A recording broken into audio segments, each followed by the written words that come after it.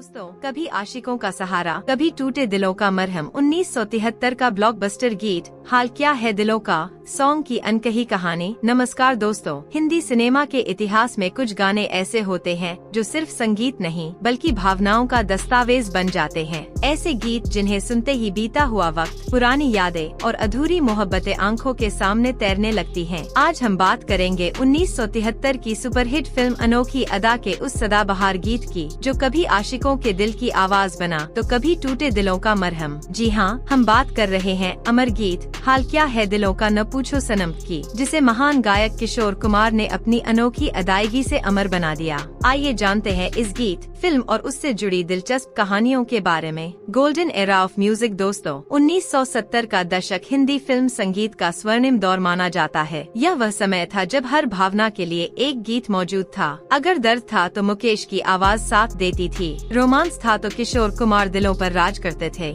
सादगी और गहराई की बात हो तो मोहम्मद रफी का कोई मुकाबला नहीं था और मधुरता की मिसाल थी लता मंगेशकर।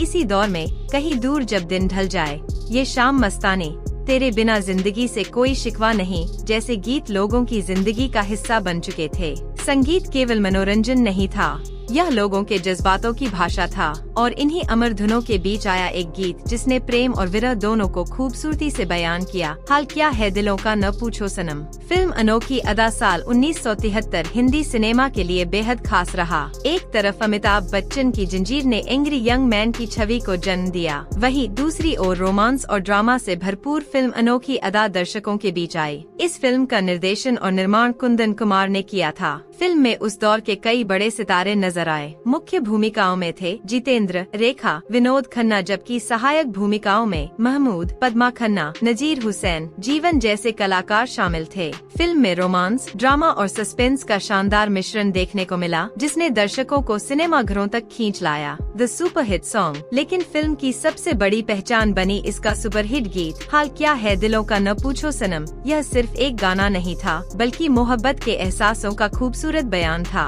गीत के बोल दिल की बेचैनी, इंतजार और प्रेम की गहराई को बेहद सरल शब्दों में व्यक्त करते हैं। जब किशोर कुमार की आवाज इन शब्दों को सुर देती है तो हर पंक्ति सीधे दिल तक पहुंचती है। इस गीत की सबसे खास बात इसकी कव्वाली शैली है। 1973 में रिलीज हुई लोकप्रिय कव्वालियों में इसे विशेष स्थान मिला। उस दौर में कव्वाली आधारित गीत बेहद पसंद किए जाते थे, लेकिन हाल क्या है दिलों का ने जो लोकप्रियता हासिल की वह इसे बाकी गीतों से अलग बना देती है। यह गाना प्रेमियों के लिए इश्क का इजहार भी था और जुदाई के दर्द का सहारा भी। यही वजह है कि 5 दशक बाद भी इसकी लोकप्रियता बरकरार है। Why people still love this song। आज जब सोशल मीडिया का दौर है तब भी इस गीत की लोकप्रियता कम नहीं हुई। YouTube, Instagram और Facebook पर इसके वीडियो लगातार देखे जाते हैं। पुरानी पीढ़ी इस गीत में अपनी यादें तलाशती है, जबकि नई पीढ़ी इसकी मेलोडी और भावनात्मक गहराई से प्रभावित होती है। इस गीत में कोई भारी भरकम संगीत नहीं है, न कोई आधुनिक तकनीक,